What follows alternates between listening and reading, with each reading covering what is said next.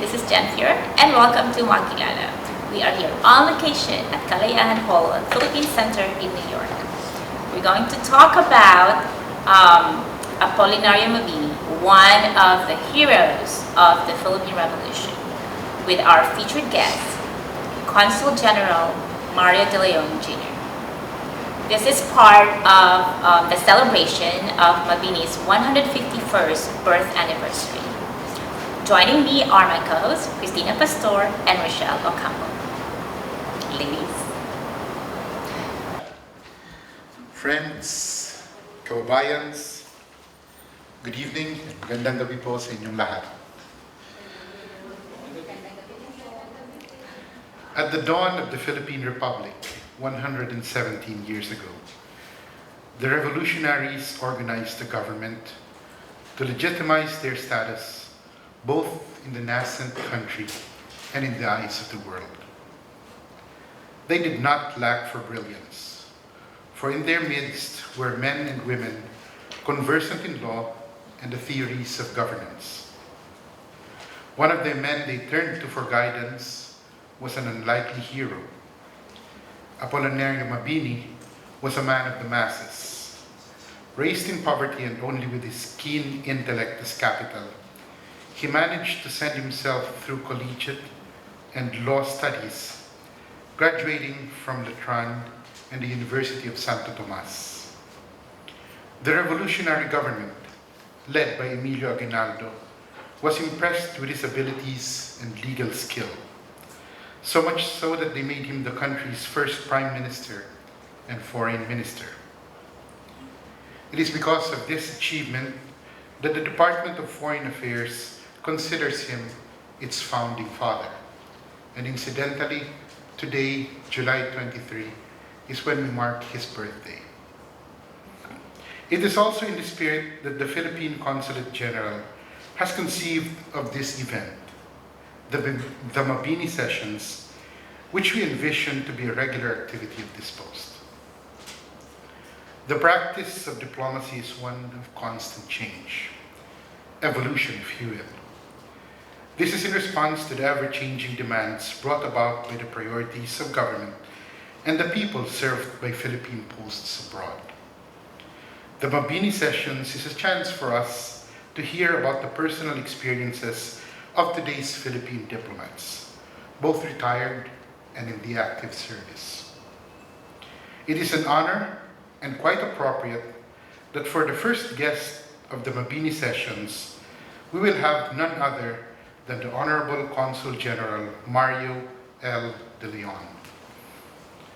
Consul General De Leon has served the government and the foreign service in many capacities, and he was, before his appointment as Consul General here in New York, the Philippine Ambassador to the Republic of South Africa.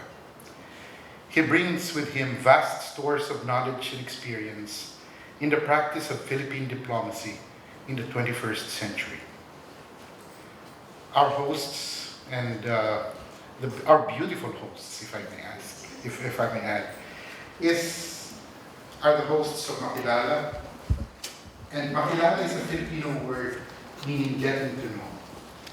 It is also the name of the first Filipino-American TV talk show of QPTV, the Queen's public television of Time Warner. Fittingly enough, Makilala's aim is to talk to the movers and shakers who affect Filipino life in the tri-state area. They will be asking our questions for tonight's event.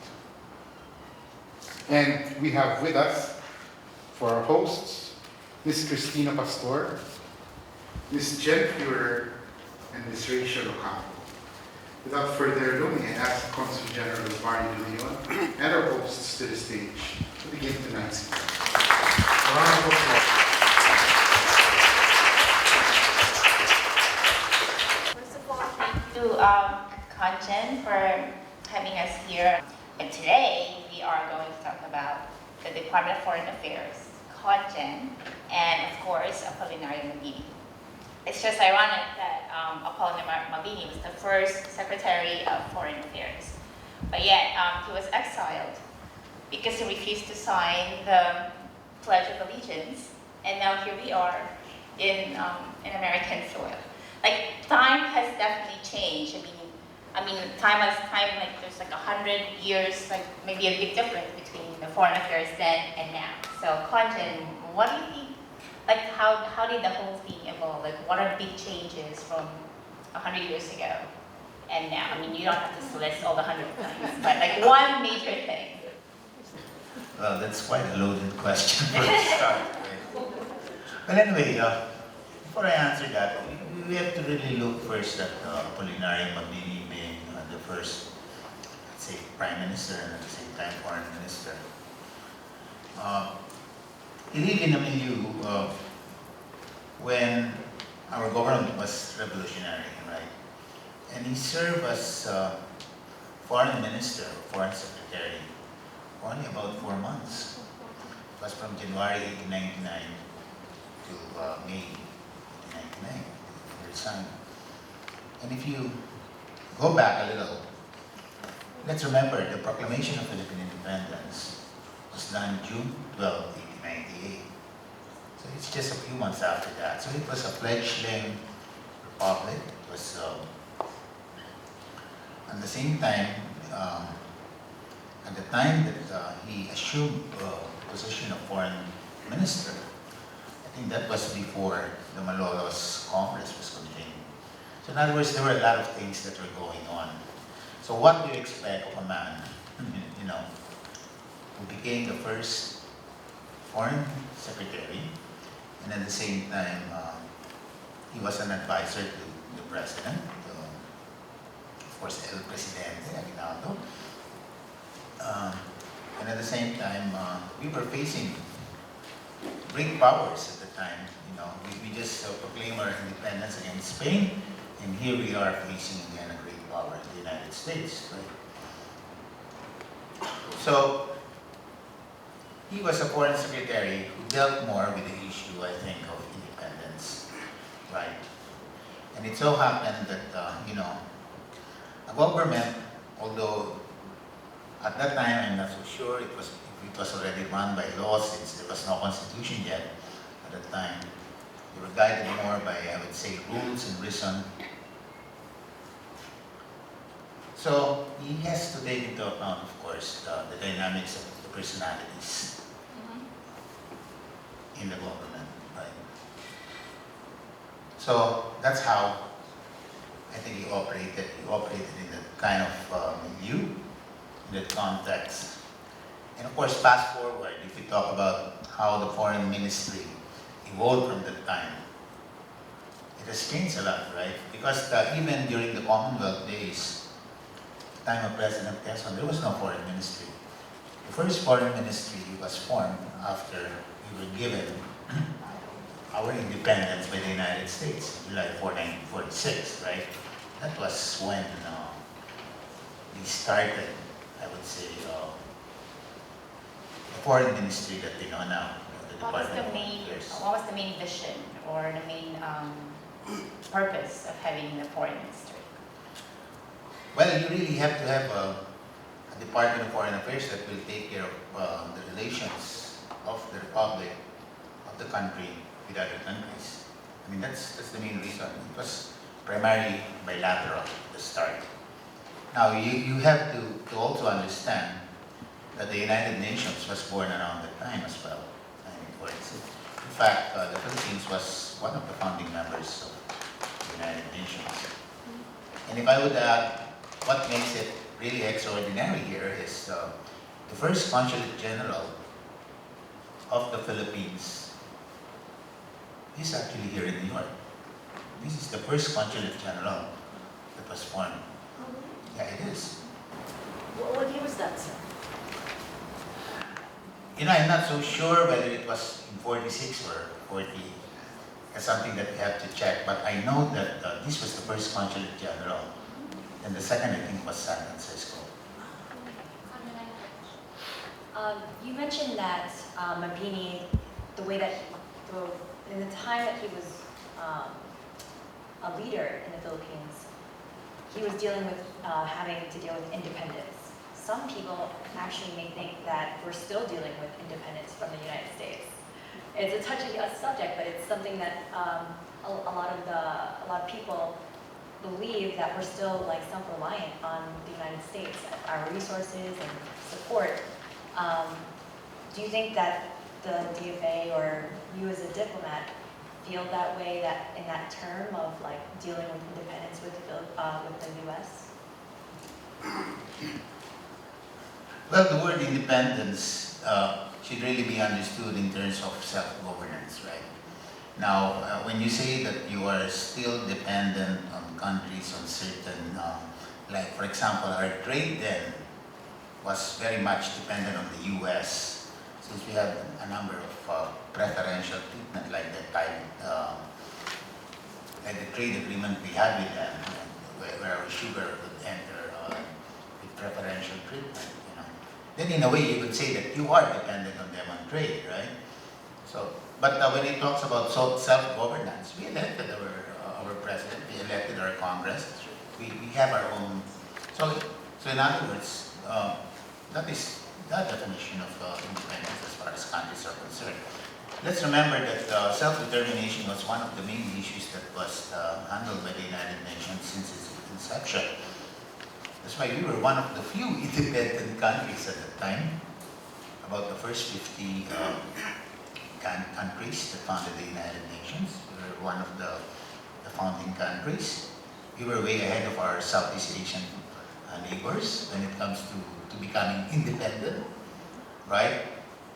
Maybe we didn't become as independent as fast as them economically.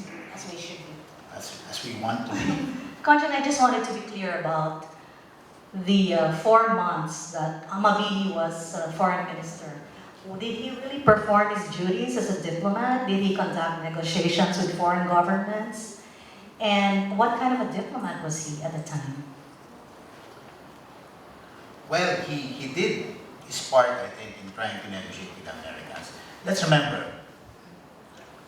Mabini was primarily a lawyer, okay? Let's look at the man this time. He's a lawyer, but it took him some time to finish his law in UST, right? I mean, if you look back at his biography, I think 30 years old. And you even have lawyers here who graduated at the age of 25, 26, right? So it's much older than many of the lawyers we have right now. I think I read that you had to take one test and you had no money to pay for it, to like work around it. Yeah, I think that's more to do with poverty, or at least that you had difficulty maybe paying for his tuition at the time.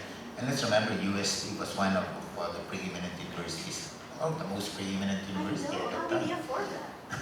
How did he even graduate from that time? Isn't London Well, maybe he had benefactors. You know, that's something that maybe we have to look at further. But the point is, he's primarily a lawyer. Okay. Then if you compare him with many of the leaders that we had before, like Rizal, Marcelo del Pilar, Antonio Luna, or even Juan Luna, all of them, you know, went to Europe. They were educated, or at least they were exposed in Europe. Mabini, who happens to be the first foreign secretary, never went to Europe. That's number one. And number two, he only went to a foreign country if you call Guam a foreign country. Let's remember, Guam was part of the Spanish Dominion. In fact, remember San Pedro Calungsod? Yeah. San Pedro Calungsod happens to be the Archdiocese of Cebu, which covered Guam at the time. That's the reason why he went to Guam, and that's where, you know, it was under the Archdiocese of Cebu. Well, you just have to review again. What's hard is there's so many information. Yeah. Well, Our sources we could be, by the way. I actually wanted to ask you, how did you become a diplomat? Did you already know, like in high school, what high school did you go to? Ateneo, Ateneo and college. good school.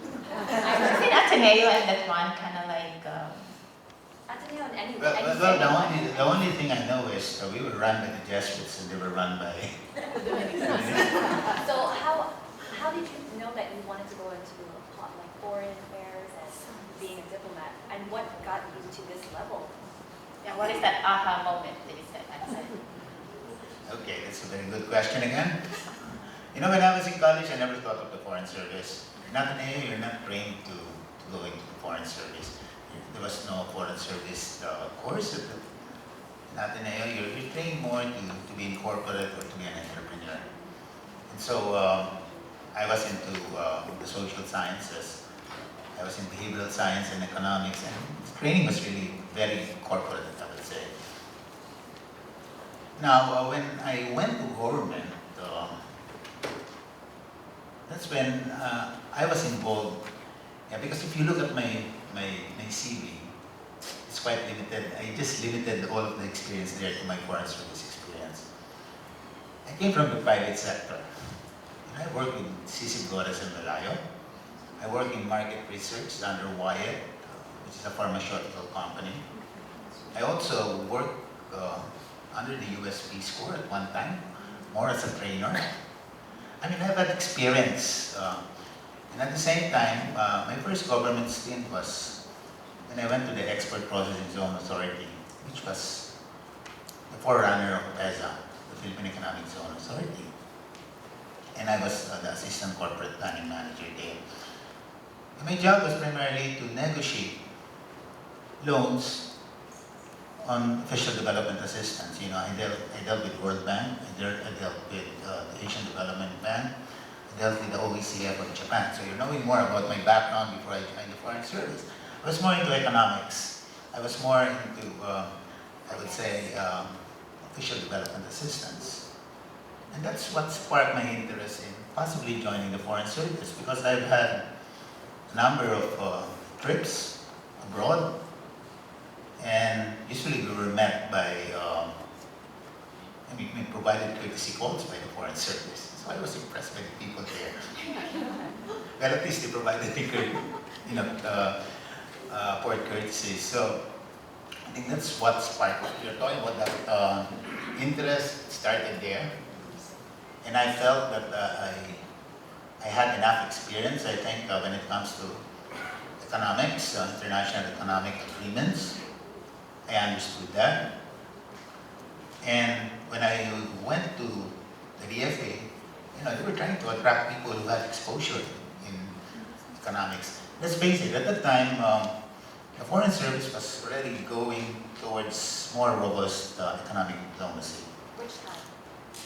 The 80s, I'm talking about the early 80s. That was during the time of Marcos. A lot of changes during that time, I heard. Yeah, there were a lot of changes going on. Because if you look at the Foreign Service, even during my time when I first entered, there was a very strong bias, more for political and security issues. That's how diplomats behave, right? And at the same time, of course, cultural diplomacy was a big part of the work. But economic was not really given that much emphasis. So, the usual diplomats you met at the time, they were very steeped in political, security issues, they were steeped in cultural, they knew consular, but they were not so good in economics. So they were trying to attract a new crop of Foreign Service officers. I think that gave me an edge, But let's remember, becoming part of the Foreign Service, you have to take competitive exams, and it's very tough. The time I took it, in 1985, there were about 1,000 of us who took, and only 15 of us passed the written exams. Did they talk about geography or economics issues? Well, there's international politics, international law, international economics, Philippine conditions. I mean, ask the other Foreign Service officers here. They all went through that. But during my time, it was quite difficult to really enter the Foreign Service. Plus the fact that we only gave Foreign Service exams that time every 2 years. What was your first assignment? Like, where was your first assignment? Well, of course, you're always assigned at the home office first, right? My first assignment was in San Francisco. I was a vice consul. I was there during the earthquake. Oh. So, was it your first time you had it? Well, we have earthquake in the Philippines. Something like that. So. I'm talking about the 1989 earthquake in San so Francisco. That was a great earthquake. So, Kamjan, when you were entering the Foreign Service, Mabini was Was he at the top of your mind? Was he some kind of a role model for you? Absolutely not. I didn't even know he was the first foreign secretary, I'll be honest about it. Maybe I didn't review my history enough. I think first one, one thing that I've noticed about Kanchen is that you're a visionary. You have a lot of initiatives unlike before. And I think Mabini is known to have the brilliance and intelligence, and they always say that he's ahead of his time, which kind of got him in trouble sometimes. So my question is, do you ever get in trouble with all your visionary ideas, and how do you navigate through that? No, I've always tempered sometimes my tendency to be visionary, if you want to call it that way. With really dealing with people, networking, right? Because I've always believed that if your ideas are sometimes way ahead of what is acceptable, you have to work to have it accepted, right? So people have to have a certain comfort level in accepting it. That's the reason why I do a lot of networking. I do a lot of town halls, just to not really to persuade, but to make my case before you. You have to make a judgment, right? One example is the warden system. Yeah, that's right. That was a huge accomplishment, and you were able to gather people from different areas and different locations, you gathered all the community leaders into one. So how did you do that? Did you give them an inside pass to the to the office or something? No, it's not premeditated, I would say. The warden system, I thought of it when I was even a Consul General in London, so that was a way back. It was more a way of reaching out to Filipinos in far-flung places. Because I felt that, if we will just react, it was a more proactive approach. Right?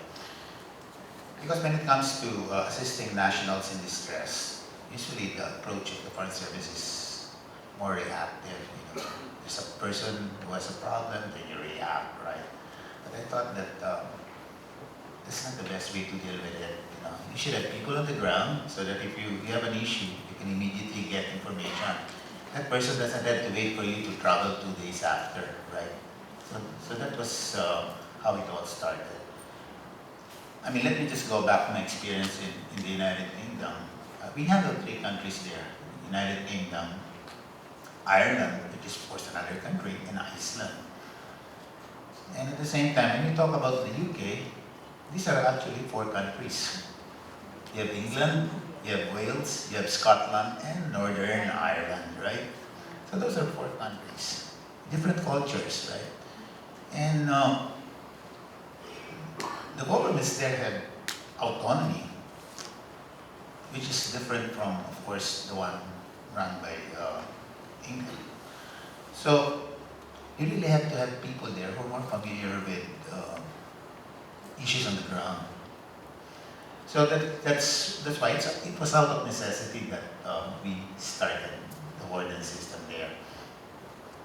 Now, I don't claim that it is something that is originally ours, because the U.S. Foreign Service did it in Africa. They didn't do it in Europe, they didn't do it elsewhere. But because they did it in Africa, simply because they had issues also reaching out to their nationals in Africa. But with us, when I was in the UK, we started with about 50,000 Filipinos at the time I was there. By the time I left, after my stint, there were already more than 150,000. What accounted for the 100,000 are mostly Filipinos in the healthcare profession. The nurses, the biomedical scientists, actually medtech, they have a different term for that. The radiographers, again, they are X-ray technicians, but they have a different term. So, and they call caregivers there carers. Okay. Aside from advancing the interests of the Filipino, the CFA also, do they take part in drafting foreign policies? And if you do you have an input, and how does that actually work? I think that this is something I really have to explain. You know, the one who really formulates foreign policy is the president. The role of the Department of Foreign Affairs is primarily to provide recommendations to the president. So that has to be very clear. Okay? It's the president who decides. Now, let me get back to Mabini. Okay. Maybe Mabini, Culinary Mabini had ideas on how maybe to pursue foreign policy. But in the end, it's supposed to be the president, Aguinaldo, who should formulate foreign policy. I think so that's where there were certain maybe challenges on his part. When Mabini was at the time, When he was holding that position, he was kind of openly and strongly anti-American. And for a diplomat, you have to have a certain measure of circumspection when you are a foreign officer. So isn't that kind of contrary to what his position should be?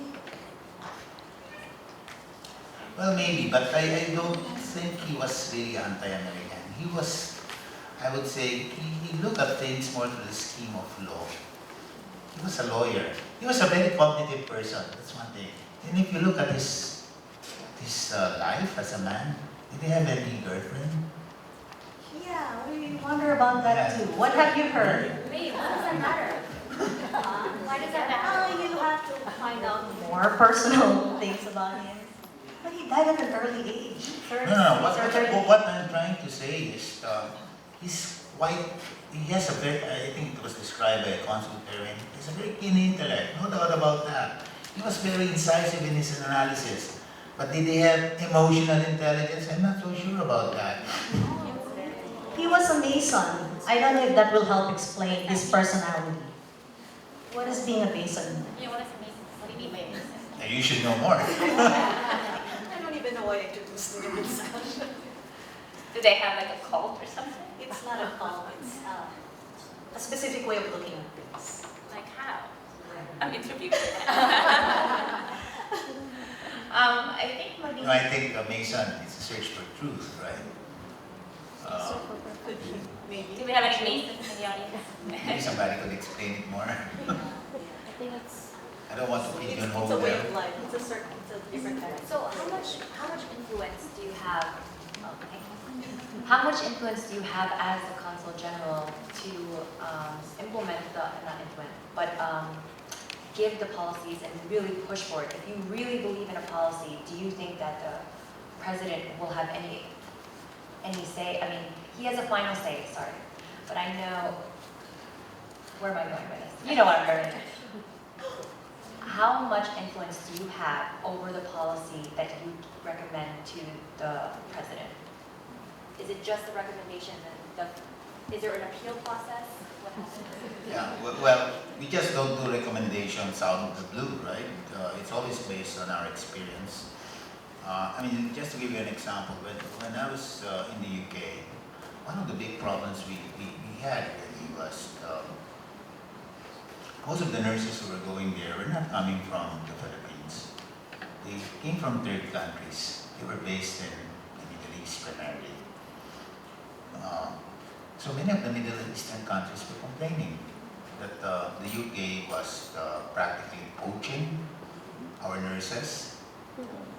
And at the same time, they were also saying that the Philippine embassy there should do something about it. We don't even have, any relationship with the Middle Eastern countries, We were accredited to the UK, so that's not part of our role, right? But what we did was we tried to influence the POEA that, look, there is what we call a back door when it comes to that. In terms of POEA rules, they are supposed to be undocumented because they don't have the authority to work in the UK because they don't have a contract that was signed by the POEA, right? So that's something maybe that we have to look at. So maybe your labor attaches, should look at that. And those were some of the things that we did, but it was based on experience on the ground, okay? Because if there are problems with contracts, we will be the ones faced with resolving it, right? because these are not contracts that pass through POEA. So What's that's the- one. what's It's the the- Philippine Overseas Employment Administration. Thank I mean, I'm talking about overseas foreign workers. Those who are involved in that know it very well, right? So that was one issue that we had when it came. And we were not only talking about trickles, we were talking about quite massive flows. And not only in the UK, but also in Ireland. There were many from Saudi Arabia who were going there, simply because European employment laws were much, much superior to Middle Eastern laws, right? So they had a better deal going there. We talked about OFWs. I just came from a cruise ship, cruise vacation, 9-day, and there were a lot of Filipino, and I spoke to most of them. And because they're everywhere, but they're all the nicest ones. And they said like in the beginning, like maybe 19 years ago, when they're getting hired, you could only get the lowest of the very lowest job, like the cleaning of the dishwashing. They can even go to being a waiter and stuff like that. But things have changed. I'm wondering, when they have problems, issues like that, do they go, is that, since they're in foreign land, is that part of the FA, or is that more in the labor, or is that a private thing?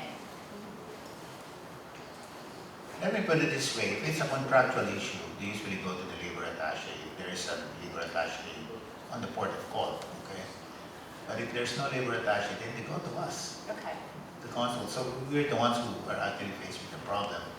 For instance, in Dublin, there's no labor attaché there. So if we have issues there, we're the ones handling labor-related issues. And by the way, talking about contribution, it's because of our bilateral relations with Ireland. I'm talking about Ireland this time. Became strong primarily because of the overseas workers. The Irish government started noticing the Philippines because of the overseas workers. It was not because of trade, it was not because of political relations, it was because of the overseas workers. So we used that as a leverage to talk with no less than the Prime Minister, the Foreign Minister, and we were able to leverage relations to such an extent that at one time we opened an embassy there, okay, in Dublin. They were noticing us for what reason? Content, Because of our workers. the quality of work. Yes, that's right. And we were the ones who actually provided. At one time, Ireland was the largest exporter of nurses in the world. I think you know that. But during my time there, we were the ones who were exporting practically nurses to Ireland. So that was something new for them. Sort of changing the pace, still going back to Mabini. I heard that before he was paralyzed, he would love to, he tried to learn how to dance. So, segue, the content is that part of the requirement, do you dance? I want to have a little like light, lighten up the For conversation. Apollinario Mabini, it was more of a physical therapy. Okay, so now going back, somebody said earlier that diplomacy, I forgot my notes, diplomacy is one of constant change. We were dealing with China. There's a lot of protests about it. And if Mabini were alive today and happens to be the Secretary of Foreign Affairs, do you think he'll do something different? Do you think his views are different from what our views now? Well, let me put it this way. Mabini's approach was more of an independent foreign policy, right? I mean, that's the way he has been characterized. Primarily because he fought against Spain, right? He wanted independence from Spain, and at the same time, he wanted independence to happen even before he dealt with the Americans. In fact, the bane of contention on why he was insistent, why he was called pro-independence, is he wanted the Americans to recognize our independence before he will start talking to them. But he was termed, and this is by certain historians, as intransigent, right? He simply refused to talk with the Americans not unless they recognize our independence. So there was no way that you can come out with a common ground, right? So in the end, maybe Aguinaldo felt that it would be difficult to have a foreign secretary who's really stuck to that. That's why maybe he was changed, right? I don't know the real reason because it's not so clear, but if I read also one of the biographies of Apolinari Mabini, he agreed to it, that maybe because he felt that he will not be an effective member of the cabinet, particularly the foreign secretary, if he's so, I would say, fixated on his views. If Mabini were, Around today, how do you think would he have negotiated in China? he Do you would- think he would have taken us to the United Nations mediation? You know what? That is something that he might have done. You know why? Because in one of his writings, I'm not so sure if it's La Revolution Filipina, I think it's the last one, he mentioned about his vision of seeing a federation of Malay states. So meaning, at that time, as early as that time, he was prescient, as you mentioned, right? He felt that he cannot, a small country like the Philippines or a country that is just turning independent like the Philippines cannot compete against a great power like Spain, cannot compete against a great power like the United States. So how can you find leverage with them? Then you have to have a federation with states that are of equal size. And he thought about that. Although there is no ASEAN yet at that time. Remember, Malaya at the time was not even independent. Singapore was just a rock. And Indonesia was under the Dutch, right? And maybe Thailand was the only one independent. Vietnam under the French. So in other words, he was already thinking of that. So maybe if they were all independent states, then maybe we could form a federation, which was the forerunner of Mapelindo and eventually ASEAN, right? So I wouldn't be surprised if he would take it at a multilateral level. You mentioned the other countries who didn't have independence until later, and they seem to be more economically advanced than the Philippines. Would it be maybe because we're so nationalistic? Is that a flaw that kind of hinder us to become more economically better than or developed than the other countries? Like Singapore, Indonesia, Thailand, Hong Kong. They're all like advanced now than like higher than the Philippines. There's a lot of debate on why we never progressed. It's like Mabini is like so nationalistic, so maybe that's. I'm just trying to like. Well, if he were maybe the trade minister at the time, he would be very protectionist. Okay. But let's not speculate on that because he's not in that position. Your question is why did these countries progress faster? Because we were so dependent also on our trade, I think, with the U.S. at that time, right? Like sugar, coconut, right? And the preferential agreements that we had with the U.S.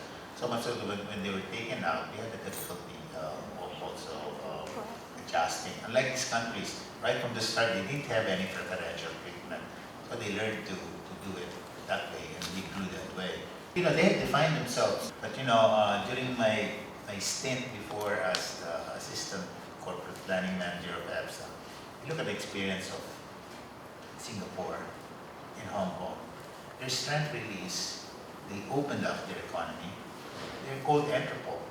It's free ports, right? So anything can come in duty free, can come out duty free, right? So that's the way they were able to make themselves really competitive and at the same time open to foreign investments. That's something that up to now we're still wrestling with. That's why even amending the Constitution, just the economic provisions, is having difficulty going through Congress. Before we go to switch and ask questions, if you guys have any, I have like one question for Conjun. Like, what is that one word that describes your day as the Consul General? There is such thing as one word. PC. I know, I think you just came back from the Philippines and you're probably still jet lagged. So, and you're on schedule, by the way. Yeah, but I find it really refreshing that I'm talking about myself and at the same time trying to project really the foreign service. I think it's very important that the community also understands our work. You know, one thing with the Consulate General, you deal more with people, you deal more with the community, you just don't deal with governments. So that puts it at a very different level. Sometimes it's more effective. You know, I just want to inform the community that I've called on about 25 U.S. congressmen, already, and senators. In fact, I just called on about 4 already first half of the year. And one thing I realized, and I think Ernie Kami is here with us, if I call on a congressman and I bring along members of the community who are their constituents, the nature of the discussion changes. Because they're not only dealing with the Filipino Consul General, they're dealing with Filipinos who are their constituents. So that changes it. If I only call on that congressman as the Philippine Consul General, it will be a G2G thing. You know what I mean? Government to government. So everything will be a little stiff, a little formal. So that's where I really see the value of people to people I have a quick comment. exchanges. Conjan, when you arrived in New York about 4 years ago, what kind of a Filipino community did you find? Oh my gosh. Yeah, that's loaded. But simply because when I arrived, I was not exactly new to New York. You know, as you all know, I was here 20 years ago. One of the first things I realized is there's a new set of leaders.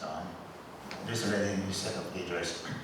That's first. But I also realized that there's still a lot of leaders I saw before who are still here. So it's a mixed bag. And secondly, when I met groups of community associations, right? And that was one of the first things I did. I sat down with a lot of them. I noticed that there were a lot of course, issues already. Issues. So the first thing I thought about is, I mean, how should I address this? You know, I shouldn't be seen as, you know, siding with one group over another, although I knew some of them from more than 20 years ago. So the first thing I did is, I'll work with them on whatever they do, and at the same time, I'll try to focus more on the activities. That's one thing that I've been telling the community. I try to work with all of you on activities rather than work with specific organizations only, right? For instance, when we talk about Independence Day, you know, Independence Day is not something that should be a source of conflict in the community. But how come it becomes a source of conflict, right? It's supposed to be our Independence Day. We're talking about Mabini, you know, who really fought for, who was very pro-independence. So that really puzzled me, right? So what are some ways that we could move forward from those types of issues?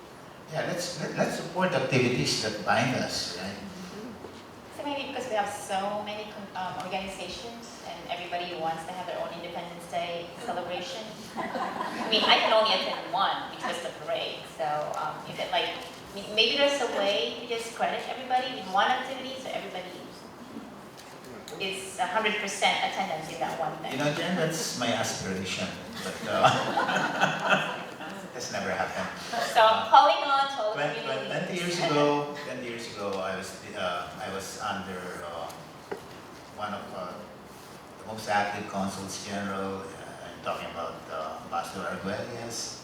That was also his view. Let's have just one Independence Day parade. Never happened. But there has to be one for New York and one for New Jersey. If I may model it up some more. No, my point is there are activities that should bind us all, right? And we should Right, and how come we Independence Day is not one are of them. how come sometimes it becomes a sense of it becomes a source of you know, conflict and a source of So maybe a goal for next year. How's that? We'll manifest and and see if that will happen. In a way, that was just an example, okay? Don't take it seriously. Do we have any questions from the audience? Yes. Hi, good evening. I'm not sure if this is the right question for you, but in light of China's aggressive behavior towards its neighbor, I understand that we brought them to court already, but is there any discussion within the Philippine government? I mean, why brought them to court individually? We know that China is being aggressive to Japan, to Vietnam, so why not we, all countries who are being bullied in a way, gather our strength and bring them to court at once, as a group, not individual, because there is strength in numbers. Aren't they all playing? Why bring them to court individually? Why not together as one? Sound like the Independence Day parade problem. I'm just wondering if there's... That is true.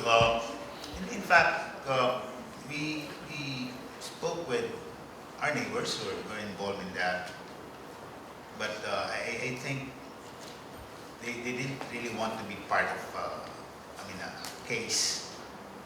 I mean, they had their own approaches. I mean, this is based really on our own decision to pursue that. Let's remember that before we filed that arbitration case, the International Tribunal of the Law of the Sea, we explored other options with China.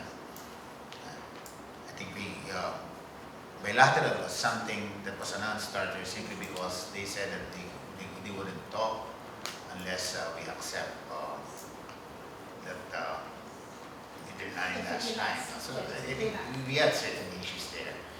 Now, I just like to clarify that the case that was brought at the International Tribunal on the Law of the Sea is not about sovereignty. It's not about that.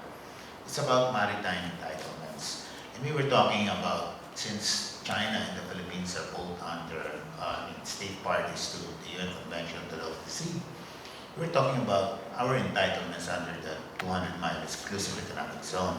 It was more about the Yeah, entitlement. but isn't it the same concern as Vietnam have and Japan have? It's also about repair. So like, No, Japan was different. Japan, it was sovereignty.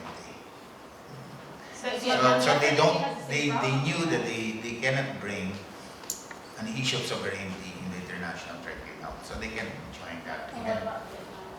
Now Vietnam, I mean, they went to war. well, ourselves, well, the Vietnamese at least supported our position, and they came out with even I think a position paper that primarily supported the maritime entitlement, simply because they faced the same situation. They were at war against China.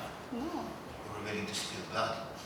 What I read is that while we are the only country that filed this claim before the UN, all the other claimants of the South China Sea are closely observing and sitting down during the ongoing process.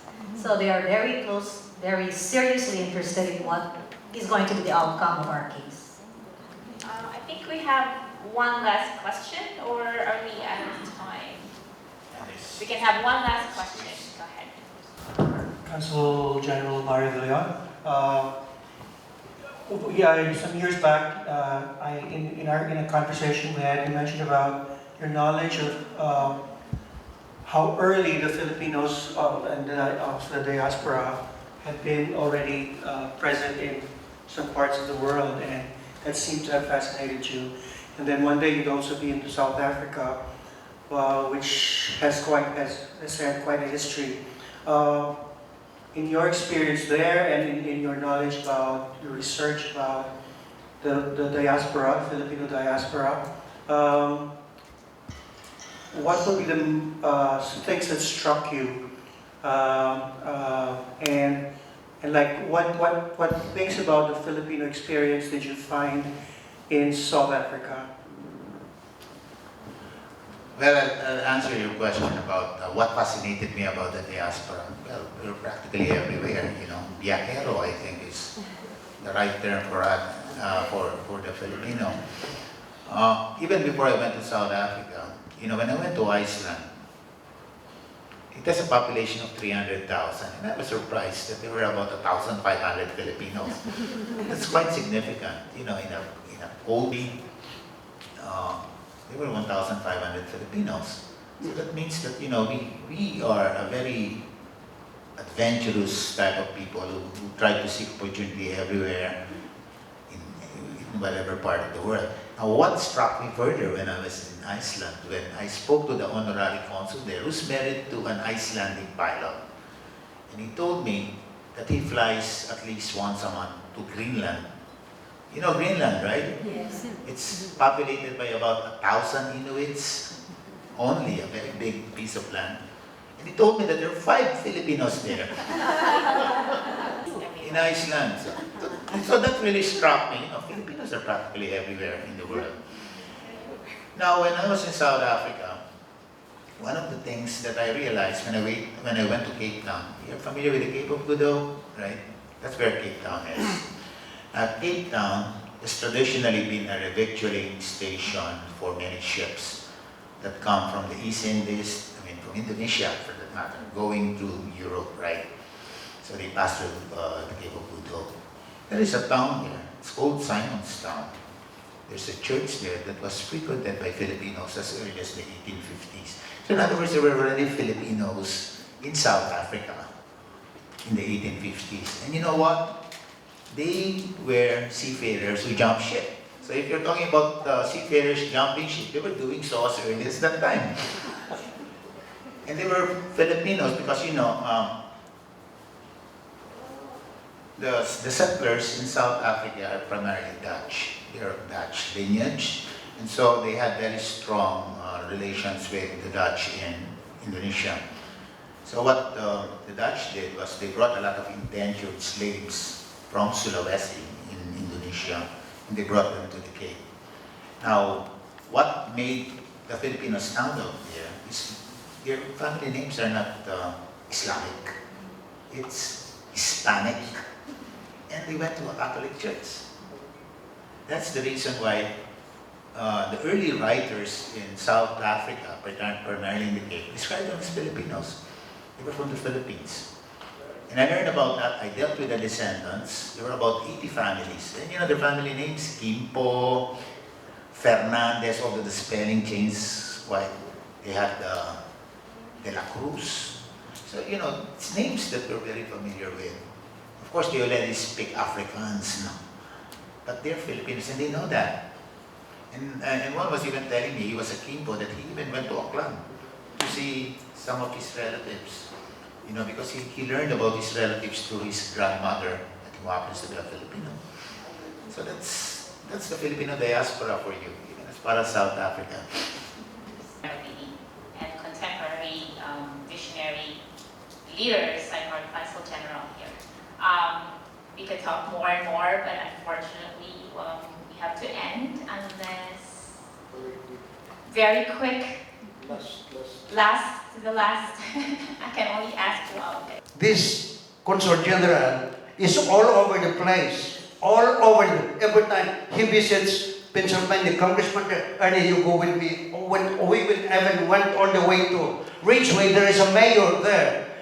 And I did not know that there's a Filipino mayor in Rachelle, Pennsylvania, which is already overlooking Canada. It was he who brought me there, okay? I did not know that, but he makes that point when he goes down there. And then there are warring factions there. There are 2 tribes, they are very influential.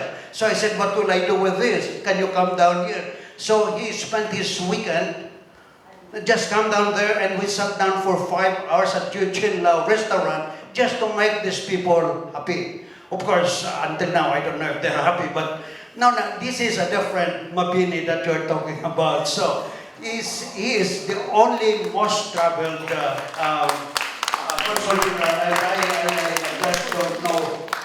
I don't even know, after all these years, if there is anybody who has broken his record. He's always, I think they should provide him with a helicopter. He's always out there, every time, even our picnics, he's always there, okay. So I think just to make everybody aware of the difference between the former Consul Generals who were all, well, it's different. No? So what you're saying, sir, is that he is the best so far. I- Number one, Consul General of the Philippines. I subscribe to that. Thank you very much. If you have to put it in writing, I will do it. Thank you, Mayor. I think we have to end. I think it's learning I have to issue a education. disclaimer that those are primarily the views of Ernie Gang and not of this station. There are no more questions because we have no time. Thank you all for spending your Thursday afternoon with us to learn more about Mabini and our very own Consul General and about the Department of Foreign Affairs. Any last words, sir? Well, I hope you enjoyed listening to this.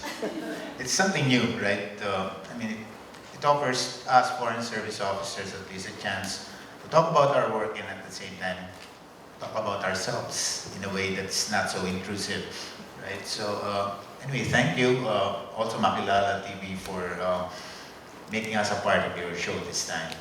And of course, to my people, my officers, for thinking about the Mabini series. I think this is a good way to celebrate Mabini's birthday every year. If you can have a diplomat, a Philippine diplomat, share their views about the work we do, primarily with the diaspora. Maraming salamat po. Thank you very much, everyone. And again, a round of applause also to our graceful and excellent hosts, Ms. Cristina Pastor, Ms. Jen Fuhr, and Ms. Rachelle Ocampo. So thank you very much, sir. Thank you, General. Magandang gabi po sa inyong lahat. Maraming salamat po sa inyo. We learned so much, not only about Apollinario Mabini, but about our Consul General of New York, Mario De Leon Jr.